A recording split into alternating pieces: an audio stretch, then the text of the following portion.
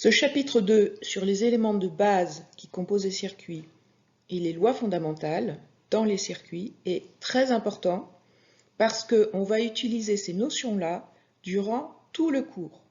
Donc il est primordial de bien comprendre comment les lois fondamentales s'appliquent dans les circuits. Les objectifs de ce chapitre sont multiples. Le premier objectif, c'est de caractériser les composants de base que nous allons utiliser, à savoir la résistance, la source de tension, la source de courant et l'interrupteur, qu'on nomme aussi circuit ouvert ou circuit fermé, puisque l'interrupteur peut être ouvert ou fermé. Caractériser ces composants de base, c'est trouver une relation entre le courant qui traverse le composant et la tension à ses bornes. Ensuite, nous verrons que quand on connecte ces composants ensemble, on forme des circuits. Et nous verrons que les lois qui régissent, les valeurs des courants et des tensions dans les circuits, puisque le but principal de l'analyse d'un circuit, c'est de déterminer quelle est la tension aux bornes de chacun des composants et le courant qui traverse chacun des composants. Et nous verrons que les circuits peuvent être assez complexes, gros, etc. Et donc, on sera amené à voir des simplifications. Et donc, ça se fera par l'intermédiaire de circuits équivalents, ce qu'on appelle des circuits équivalents, et aussi des diviseurs de tension et de courant. Dans cette première partie, nous allons nous intéresser aux caractéristiques des composants de base uniquement. Nous ferons les deux autres parties dans deux autres diaporamas. On va voir à présent les caractéristiques des éléments de base, c'est-à-dire les caractéristiques courant-tension de la résistance, les sources de tension et de courant et des interrupteurs.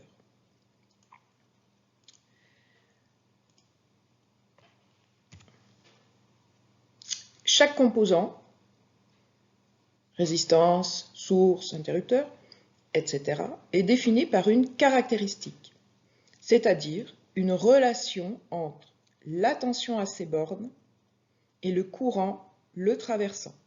Donc ça, c'est très important, c'est pour ça que j'ai mis une étoile et que j'ai mis tension à ses bornes en gras, courant le traversant en gras aussi, parce que ça, c'est aussi très important de savoir que le courant traverse un composant et qu'il existe une tension aux bornes du composant. Donc, la caractéristique, c'est I en fonction de U, ou alors, l'inverse, U en fonction du courant. Souvent, cette relation est non linéaire et compliquée. Donc, nous, on est au début de ces notions, donc on va utiliser des modèles. Des modèles qui vont être linéaires et bien plus simples à manipuler. Et ce modèle sera valable dans un domaine plus ou moins étendu du fonctionnement du composant. Et ce domaine-là est donné par le constructeur du composant. Donc, tous les composants qu'on achète ont un domaine de fonctionnement qui va, par exemple, le constructeur va par exemple donner la température. Ça va fonctionner de moins 10 degrés à plus 70 degrés. Au-delà, on ne garantit pas le fonctionnement, etc. Donc, si le courant et la tension sont constants, on dit que le circuit fonctionne en régime continu, et si le courant et la tension varient dans le temps, alors on dit que le circuit fonctionne en régime variable. Ça, ces deux termes, continu, variable, sont importants à connaître. Nous allons voir ici la caractéristique courant-tension de la résistance. Vous avez ici une photo qui montre différentes résistances. Vous voyez qu'elles sont de couleurs différentes, de tailles différentes. Et vous voyez aussi des anneaux colorés sur chacune d'elles. Ces anneaux permettent de lire, entre guillemets, la valeur de la résistance directement. À chaque couleur d'anneau est associée une puissance de 10 et aussi une valeur. Donc ça permet de dire que telle résistance a une valeur de 120 ohms, tel autre de 65 kg, ohm, etc. Mais je ne vous demande pas de savoir lire la valeur des résistances directement dessus. Ici, vous avez le symbole lié à la résistance, qui est un dipôle passif, c'est-à-dire que la résistance agit en tant que récepteur qui va donc recevoir l'énergie du circuit.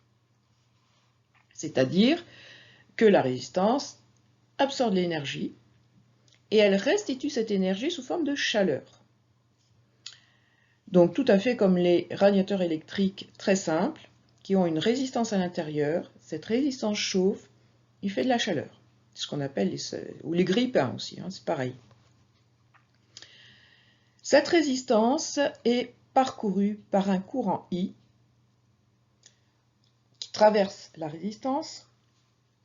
Aux bornes de la résistance, il y a une tension U.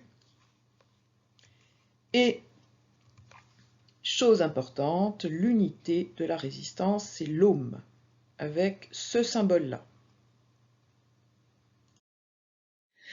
Voici ici tracée la caractéristique courant en fonction de la tension de la résistance. Donc vous voyez qu'elle est linéaire là dans un certain domaine, puis ensuite, si on s'éloigne de ce domaine, elle devient non linéaire. Par exemple, vous avez peut-être fait l'expérience, ou ça vous arrivera peut-être un jour, de faire cramer une résistance. La résistance fond, parce qu'on fait passer à l'intérieur un courant trop important. Et donc on s'éloigne de la caractéristique de la résistance. Enfin, en tout cas du domaine de fonctionnement. Donc ce domaine de fonctionnement est défini ici pour la partie de la résistance qui est linéaire, et ce domaine de fonctionnement est défini par le constructeur qui donne la tension max, qui peut être aux bornes de la résistance, ainsi que le courant max. Et donc à l'intérieur de ce domaine de fonctionnement, on peut tracer une caractéristique modèle qui nous servira à nous pour caractériser les résistances. Ce modèle est donc un modèle linéaire qui est valable entre moins Umax plus Umax et moins Imax plus Imax. Ce modèle est régi donc par la loi d'Ohm, qui date de 1827, et qui dit en régime continu, donc quand courant et tension sont constants, U égale RI, et en régime variable, c'est la même relation, U égale RI, sauf que U est fonction du temps et I est fonction du temps, mais c'est toujours la loi d'Ohm. Et ça, c'est une loi extrêmement importante qu'il faut connaître, il ne faut pas se tromper. Ici, vous avez trois variables, U égale R fois I, ou alors I égale U sur R. Il faut la connaître absolument par cœur. On note que la tension s'exprime en volts, la résistance, on l'a vu, s'exprime en ohms, le courant, on l'a vu par ailleurs, s'exprime en ampères. Nous avons donc l'équation en dimension qui est volt égale à ohm fois ampère. Voyons maintenant la puissance d'une résistance. D'après la définition, P est égal à U fois I. D'après la loi d'Ohm, que j'ai remise là-haut, la tension est égale à R fois I, donc P est égal à R fois I fois I. Ce que l'on peut écrire aussi, P est égal à R I carré.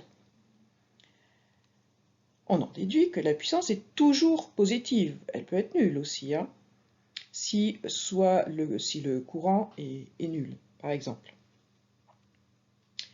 Puissance positive, ça c'est une autre façon de dire que la résistance est un récepteur.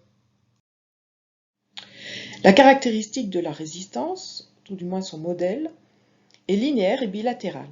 Bilatéral, ça signifie que f de moins i est égal à moins f de i, ce qui se traduit par moins u est égal à r fois moins i.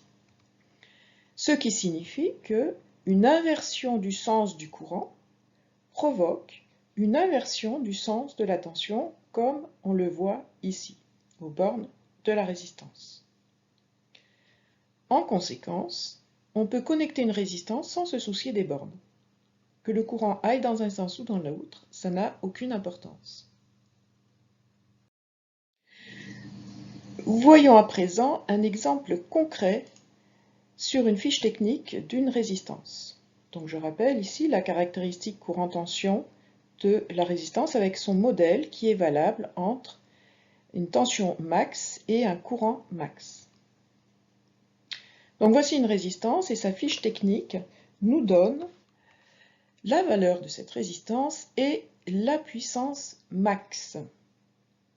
Donc on peut calculer la tension max et le courant max à partir de ces deux valeurs. On va à présent définir la caractéristique du circuit ouvert et du circuit fermé, qu'on peut aussi appeler interrupteur. Donc voici le schéma du circuit ouvert, que l'on note en abrégé CO, donc c'est un interrupteur ouvert, et le schéma du circuit fermé, ou interrupteur fermé, ou encore court-circuit. Donc on verra plus loin pourquoi on appelle ça un court-circuit, qu'on note CC, court-circuit. Même si le circuit est ouvert ou fermé, on peut définir de toute façon une tension U aux bornes et un courant I qui, entre guillemets, traverse le composant. Là, il traverse rien du tout puisque le circuit est ouvert. Donc de la même façon pour le circuit fermé. Et donc on peut en déduire la caractéristique courant-tension du circuit ouvert qui est I égale 0, puisqu'il n'y a rien qui circule ici, quelle que soit la tension aux bornes. De la même façon, ici, on peut définir la caractéristique courant en fonction de la tension du circuit fermé. U égale 0, il n'y a pas de différence de potentiel entre ce point-là et ce point-là, puisque c'est comme si c'était un fil. Donc U égale 0, quel que soit I. Et donc, attention, parce que dans ce cas-là, le courant peut devenir très grand et endommager le circuit. À présent que nous avons vu la caractéristique de l'interrupteur ouvert et de l'interrupteur fermé, on peut modéliser ces circuits ouverts ou fermés. Donc quand l'interrupteur ou le circuit est ouvert, c'est équivalent à une résistance qui tend vers l'infini. Donc c'est comme si ici, nous avions à la place une résistance de valeur infinie. Donc le courant ne circule pas, puisque la résistance bloque complètement le passage du courant. Et pour l'autre, le circuit ouvert ou le court-circuit, eh bien, c'est équivalent à une résistance qui tend vers 0, puisqu'ici, il n'y a pas de composant, enfin entre guillemets. C'est comme si c'était un fil, résistance qui tend vers 0. Voici à présent la caractéristique des derniers composants de base, qui sont les circuits générateurs idéaux. J'insiste bien sur le mot idéaux, parce que dans la réalité, ça ne se passe pas comme ça, mais nous, en tout cas, on prendra, comme pour la résistance, on prendra un modèle. Donc, le générateur de tension, vous avez vu que c'était ce symbole-là. Le courant sort du générateur de tension et la tension est dans le même sens. Et le générateur de courant, c'est ce symbole-ci. Et même chose, tension et courant sont dans le même sens. La caractéristique courant-tension pour le générateur de tension est U égale constante, quel que soit I. Donc ça, c'est la caractéristique idéale, c'est le modèle. Donc U est constante, quel que soit le courant qui sort du générateur. Et pour le générateur de courant, eh bien c'est I égale constante, quelle que soit la tension aux bornes de la source de courant. Ça, c'est le résumé de ce que nous venons de voir dans ce grand 1, donc caractéristique des composants de base. Sa caractéristique courant-tension. Donc nous avons vu cela pour la résistance, la source de tension, la source de courant et les circuits ouverts et fermés. Nous avons vu dans quel cas on peut donner la caractéristique courant-tension. Donc dans le cas de la résistance, on utilise un modèle linéaire dans un domaine de fonctionnement précis, donc compris entre avec une tension max et un courant max qui traverse. Et dans ce cas-là, on a U égale RI. La source de tension idéale, on a U égale constante, quel que soit le courant. Source de courant idéale, c'est l'inverse, I égale constante, quelle que soit la tension. Pour le circuit ouvert, il peut se modéliser par une résistance qui tend vers l'infini, c'est-à-dire que le courant est nul, quelle que soit la tension aux bornes. Et pour le circuit fermé, il peut se modéliser par une résistance qui tend vers 0, et donc une caractéristique qui est U égale 0, quel que soit le courant. Nous avons donc vu le premier objectif du chapitre, c'est-à-dire les caractéristiques des composants de base.